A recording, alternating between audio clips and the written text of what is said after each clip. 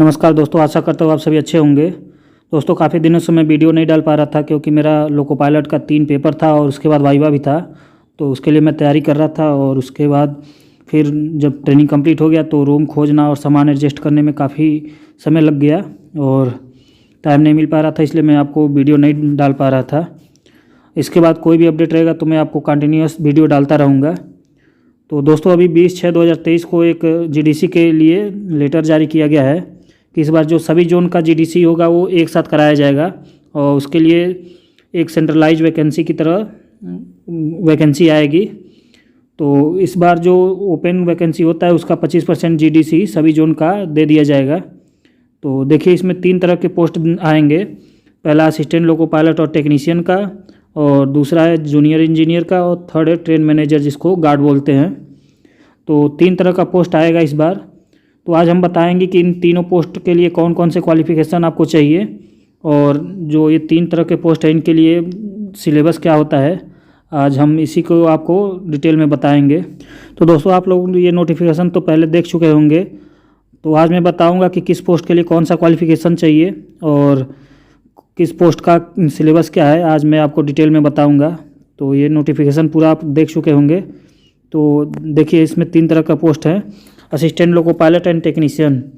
तो assistant loco pilot और technician के लिए आपका जो मिनिमम क्वालिफ़िकेशन होता है वो 10th प्लस ITI, यानी कि आपको हाई स्कूल और ITI या डिप्लोमा या बीटेक अगर आपके पास है तो आप असिस्टेंट लोको पायलट और टेक्नीशियन का फॉर्म अप्लाई कर सकते हैं।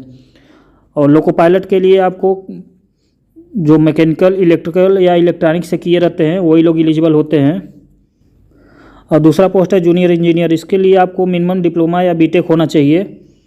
तो जो लोग, देखिए इसमें जीडीसी में किस किस ब्रांच का पोस्ट आता है उसके हिसाब से आप लोग एलिजिबल होंगे। जैसे अगर मान लीजिए मैकेनिकल का आएगा तो मैकेनिकल वाले अप्लाई कर सकते हैं, अगर सिविल का आएगा तो सिविल वाले अप्लाई कर सकते हैं जो डिप्लोमा या बीटेक किए हुए हैं।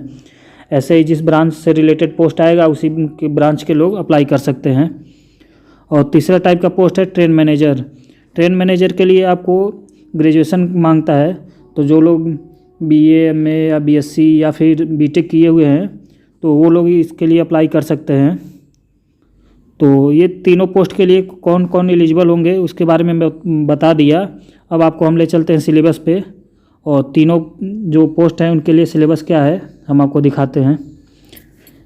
तो दोस्तों, आप लोगों में बहुत से लोग ALP टेक्नीशियन और JEE और गार्ड का भी ओपन वैकेंसी से आप लोग पेपर दिए होंगे। तो जो सिलेबस ओपन वैकेंसी का होता है, ALP का या JEE का या गार्ड का, सेम सिलेबस यहाँ भी GDC में भी होता है। केवल आपको उसके लिए आपको क्वालिफ़िकेशन चाहिए होता है और आपको रेलवे एम्प्लॉय होना चाहिए। तो सिलेबस आपका जो ओपन वैकेंसी का होता है सेम यहाँ भी GDC के लिए भी वही मांगता है। तो देखिए, सबसे पहले हम आपको ALP का दिखाते हैं। यहाँ पे देखिए, जो ALP के लिए CBT 1 है उसके लिए आपको मैथ 20 नंबर का आएगा, जनरल रीजनिंग आएगा 25 नंबर का, जनरल साइंस 20 नंबर का और करंट अफेयर आपका 10 नंबर का। तो ये टोटल आपका 75 मार्क का रहता है। और अगर आप CBT 1 में क्वालिफाई कर जाते हैं, मेरिट लिस्ट में नाम आ जाता है तो आप CBT 2 के लिए एलिजिबल होते हैं। तो जो CBT 2 होता है उसके लिए आपको 2 पेपर देना रहता है, पार्ट A और पार्ट B। तो जो पार्ट A होता है वो आपको नॉन-टेक का पेपर रहता है, और जो पार्ट B होता है आप जिस ट्रेड से रिलेटेड होते हैं आप उसका आपको पेपर देना पड़ता है। तो पार्ट A का जो सिलेबस होता है उसमें मैथमेटिक्स 25 नंबर का रहता है, और जनरल इंटेलिजेंस यानी कि रीजनिंग आपका 25 नंबर का, और उसके बाद बेसिक साइंस एंड इंजीनियरिंग का आपको 40 नंबर का एक रहता है जिसमें साइंस से रिलेटेड क्वेश्चन रहते हैं, और जनरल अवेयरनेस का 10 नंबर का क्वेश्चन रहता है। तो इसमें टोटल आपका 100 नंबर का रहता है।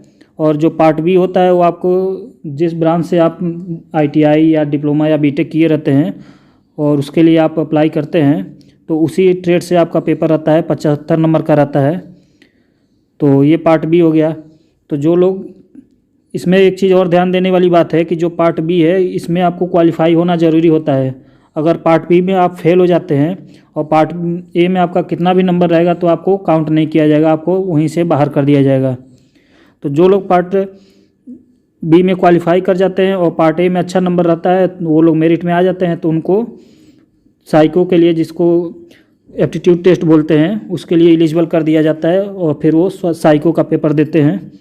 और फिर जब वो साइको भी कंप्लीट कर लेते हैं तब जाकर उनका मेरिट बना के और डीवी और मेडिकल करा के फिर ज्वाइनिंग दिया जाता है।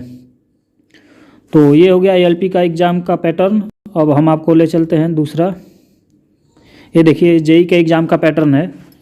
तो इसके लिए भी CBT 1 जो होगा वो मैथमेटिक रहेगा 30 नंबर का, जनरल रीजनिंग रहेगा 25 नंबर का, जनरल अवेयरनेस 15 नंबर का और जनरल साइंस 30 नंबर का। तो इसमें आपका जो टोटल नंबर पेपर रहेगा वो 100 नंबर का रहेगा। अगर इस बार मान लीजिए CBT 1 सबके लिए एक कराता है तो देखिए 100 नंबर का भी करा सकता है, 75 नंबर का भी करा सकता है। लेकिन जो 2018 में वैकेंसी आई थी उसमें जेई का अलग आया था और NTPC का 19 में आया था और ALP टेक्नीशियन का भी 18 में आया था। ये लोग अलग अलग वैकेंसी आई थी तो इसलिए उनका CBT 1 अलग अलग हुआ था। इस बार देखिए CBT 1 अलग अलग कराता है या एक में कराता है। तो CBT 1 आपका 100 नंबर का रहेगा और जो लोग CBT 1 में क्वालिफाई करेंगे उनको CBT 2 देना पड़ेगा। तो इसके लिए आपको जनरल अवेयरनेस 15 नंबर का रहेगा, फिजिक्स एंड केमिस्ट्री 15 नंबर का रहेगा, basics of computer application 10 number का रहेगा और basics of environment and pollution control ये 10 नंबर का रहेगा और टेक्निकल एबिलिटी 100 नंबर का रहेगा। यानी कि इसमें 50 नंबर का आपका ये general awareness, physics, chemistry, computer और इन्वायरमेंट रहेगा और 100 नंबर का आपका जो जिस ब्रांच से आप रिलेटेड हैं उसका क्वेश्चन रहेगा। जैसे अगर आप मैकेनिकल से हैं तो आपको 100 नंबर का ये मैकेनिकल का क्वेश्चन आएगा, आप सिविल से हैं तो 100 नंबर का आपका सिविल से आएगा। ऐसे ही करके जिस ब्रांच से आप होंगे उस ब्रांच का आपको 100 नंबर का ये होगा। तो ये CBT 2 जो होगा वो टोटल 150 नंबर का रहेगा। तो ये आपका जेई का हो गया। और अगर आप CBT 2 में क्वालिफाई कर जाते हैं तो आपको डीवी मेडिकल करा के ज्वाइनिंग दिया जाता है। हम लोग गुड्स के लिए देखते हैं तो जो अभी एग्ज़ाम पैटर्न NTPC का हुआ है सेम वही पैटर्न यहाँ भी रहेगा।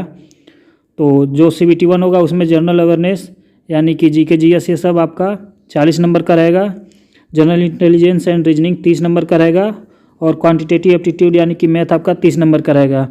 तो CBT 1 100 नंबर का हो गया। तो जो लोग CBT 1 में क्वालिफाई करेंगे उनको CBT 2 देना पड़ेगा। तो CBT 2 में भी सेम सिलेबस रहता है, केवल जो क्वेश्चन का लेवल रहता है वो थोड़ा बढ़ा दिया जाता है। जो नंबर ऑफ क्वेश्चन रहते हैं वो 120 कर दिया जाता है। तो इसमें जनरल अवेयरनेस का 50 और मैथमेटिक का 35 और रीजनिंग का 35 क्वेश्चन रहता है। यहाँ पे लेवल थोड़ा बढ़ा दिया जाता है और क्वेश्चन को 120 क्वेश्चन कर दिया जाता है। तो ये गार्ड का सिलेबस हो गया। तो दोस्तों तीनों पोस्ट के लिए कौन एलिजिबल हैं और तीनों पोस्ट का सिलेबस क्या है मैं आपको डिटेल में बता दिया। अगर आपका और कोई क्यूरी हो तो आप कमेंट में पूछ सकते हैं, मैं रिप्लाई ज़रूर देता हूँ। तो चलिए फिर बाद में मिलते हैं। धन्यवाद।